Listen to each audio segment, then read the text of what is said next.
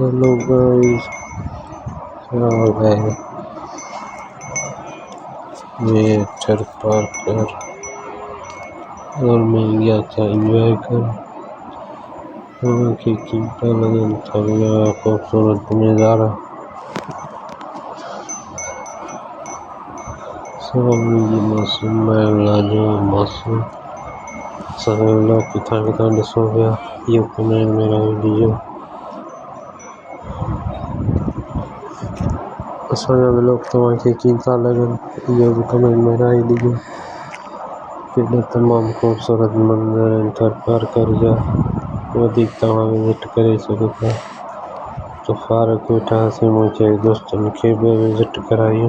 review कराइयो थर पार कर जा खूबसूरत नज़ारा वो दिखता वहाँ पानी सुनता